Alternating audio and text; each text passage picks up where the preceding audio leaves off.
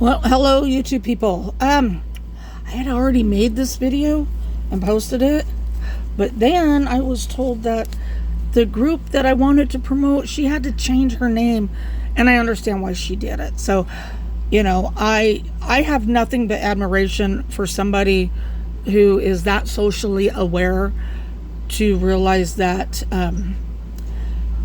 what they were calling their group could have been offensive to a certain demographic. So she really took the time to research and rename her group. And I'm talking about Amanda with what used to be Tiny Tomato Tribe, and it is now Tiny Tomato Tasteville. Great group. I will link to her Facebook group in the description below. Make sure you go join it. This is a wonderful little group where it is dedicated solely to dwarf and micro dwarf varieties. And so instead of having it be just a really cool little group, let's just make this a really cool big group. So make sure that you join Amanda's group.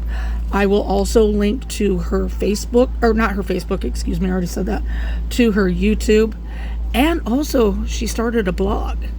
So I mean, nothing but mad admiration for Amanda. She's awesome, and you will have fun in that group. So what I got going on here now is a seed haul, and Bob's watching a little TV, trying to keep it down in the background, and he's doing pretty good with that. It's 92 friggin' degrees outside, so it is hot. So what better to do on a really hot afternoon at 4 p.m.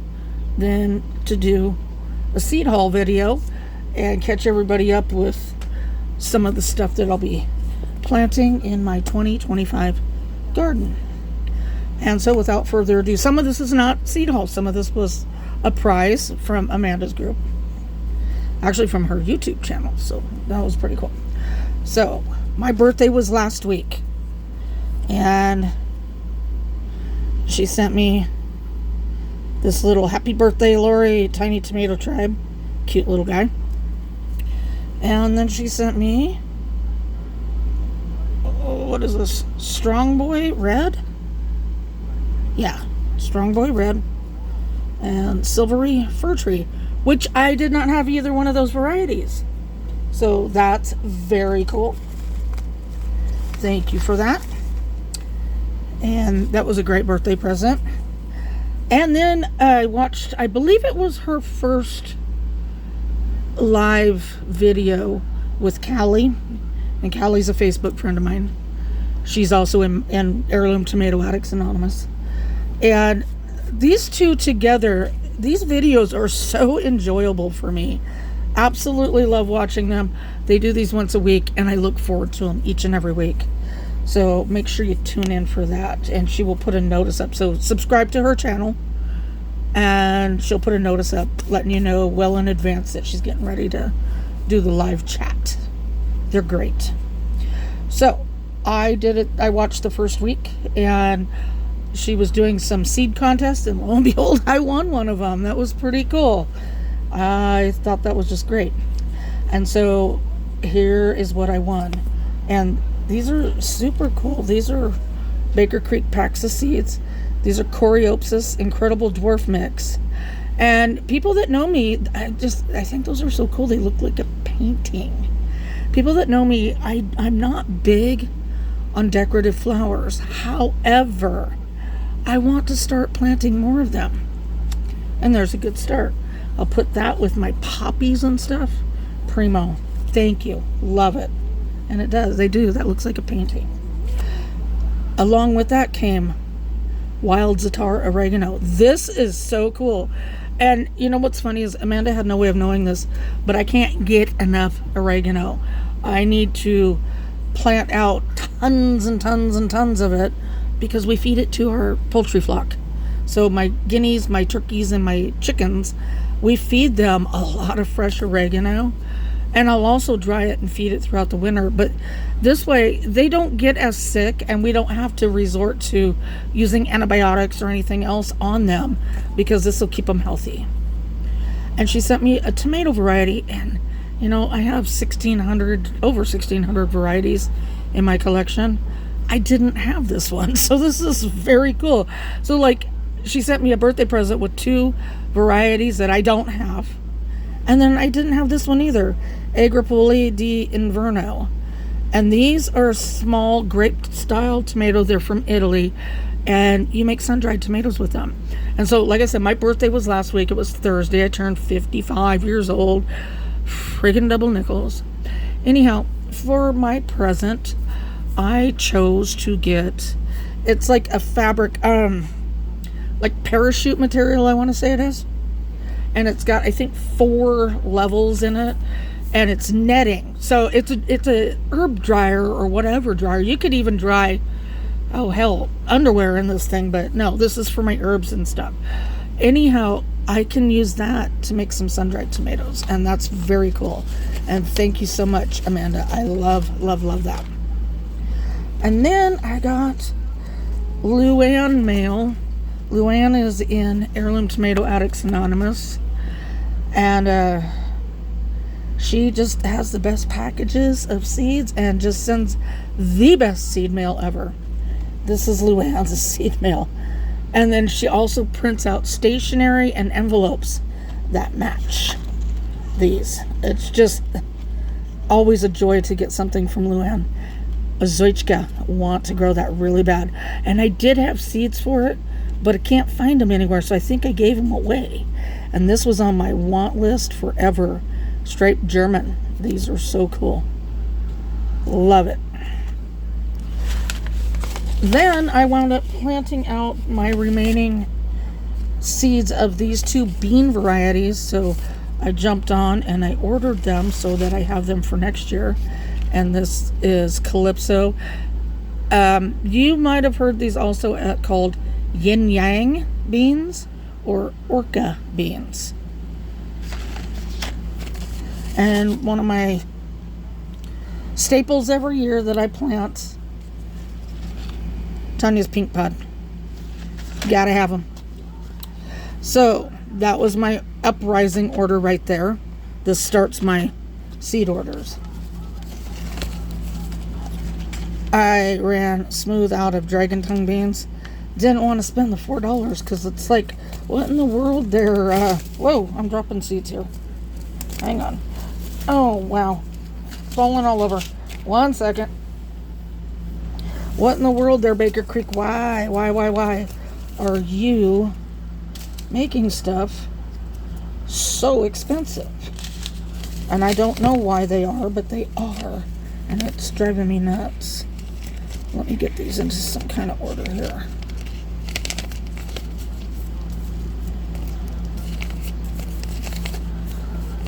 Okay. So, this was my birthday order. Mitsuba Japanese parsley. And is this frost hardy? Yes. So I'm going to try to grow a few of these out as a fall winter crop. And the same with this Chinese narrow leaf lettuce. I've grown that before and I really enjoyed it. Bob, he could care less about lettuce.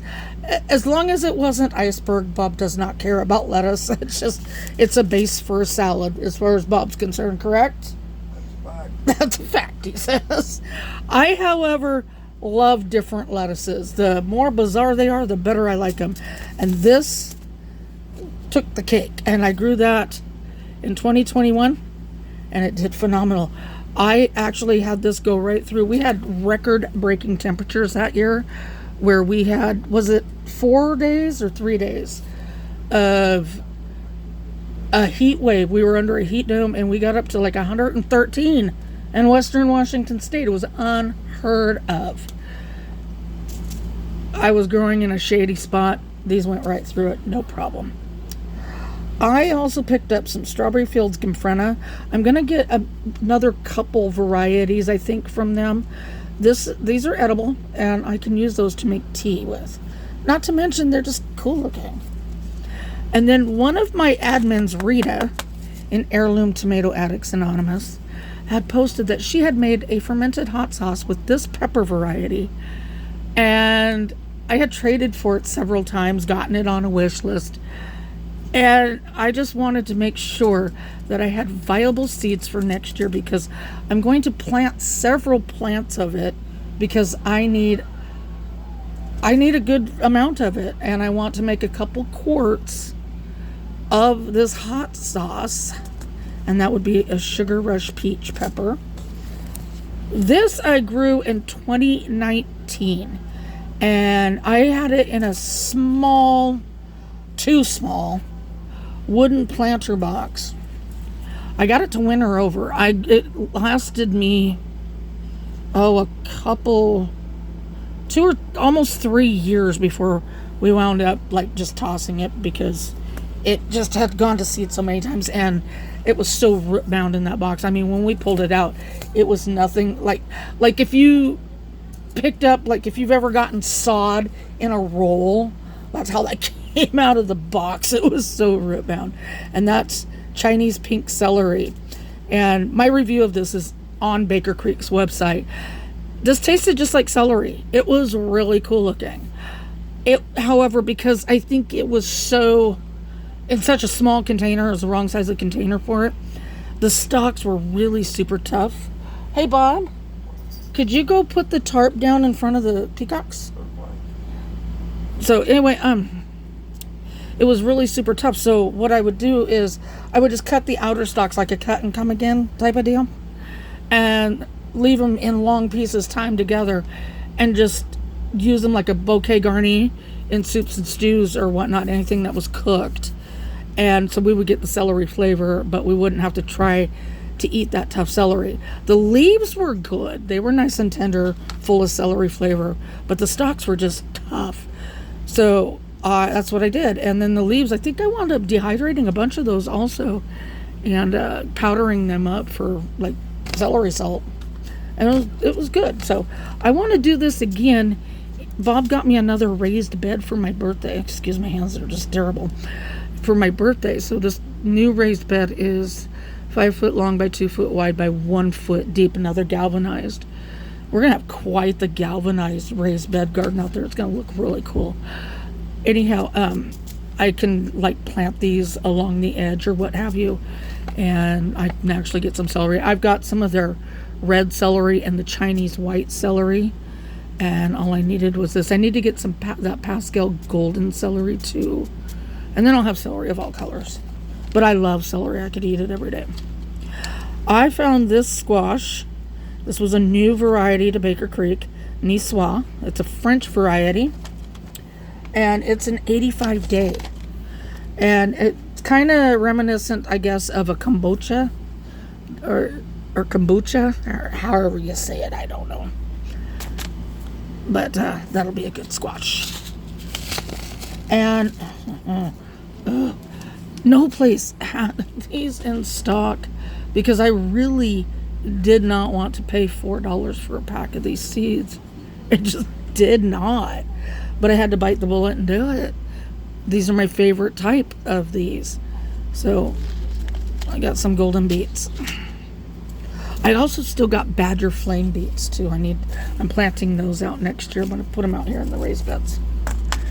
And then Bob, I planted a black pineapple tomato, an Anise Noir. I planted it, 2018 is when I planted that. And he doesn't like tomatoes whatsoever.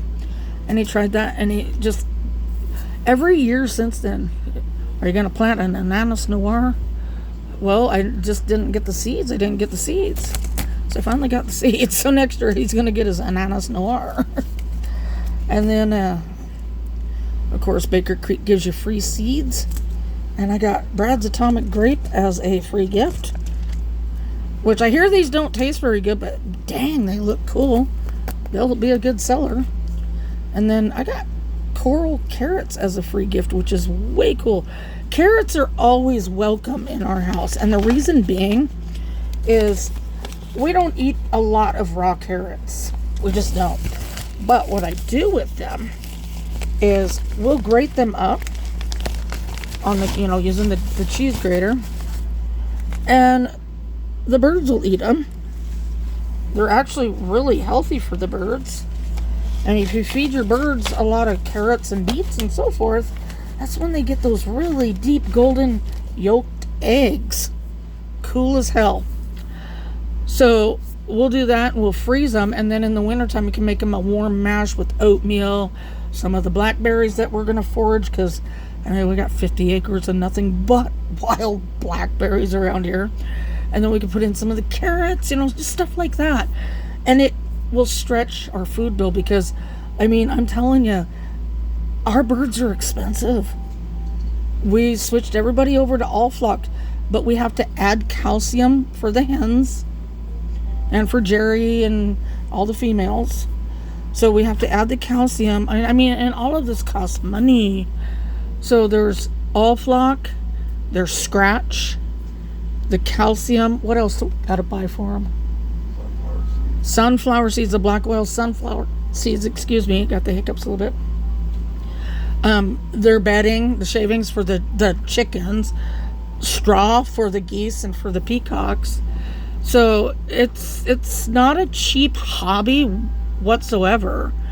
So anywhere that we can help stretch that, and with that we can get the, not the quick cooking oatmeal, but the longer cooking organic oatmeal. And we can make that, because you got to cook it. You don't want to feed that to them raw. You just don't want to do that. And we can add in, we can buy blueberries on sale, strawberries on sale, stuff like that. Cherry tomatoes off of the plants here, and freeze those. All this kind of stuff. And then we can mix that in with the oatmeal, heat it up a little bit, and feed it to these birds. It'll help keep them warm in the winter. They'll like it, and it'll decrease our food bill a little bit. So we try to do that whenever we can. And that's with those carrots. We can grate those up, freeze them, and use those for that. Plus, we also feed them to the wild rabbits. And also, if you've never had carrot pie, grate up 2 cups of carrots and follow a pumpkin pie recipe. You're welcome. Your texture will be a little different, but you can't tell the flavor apart. It's delicious.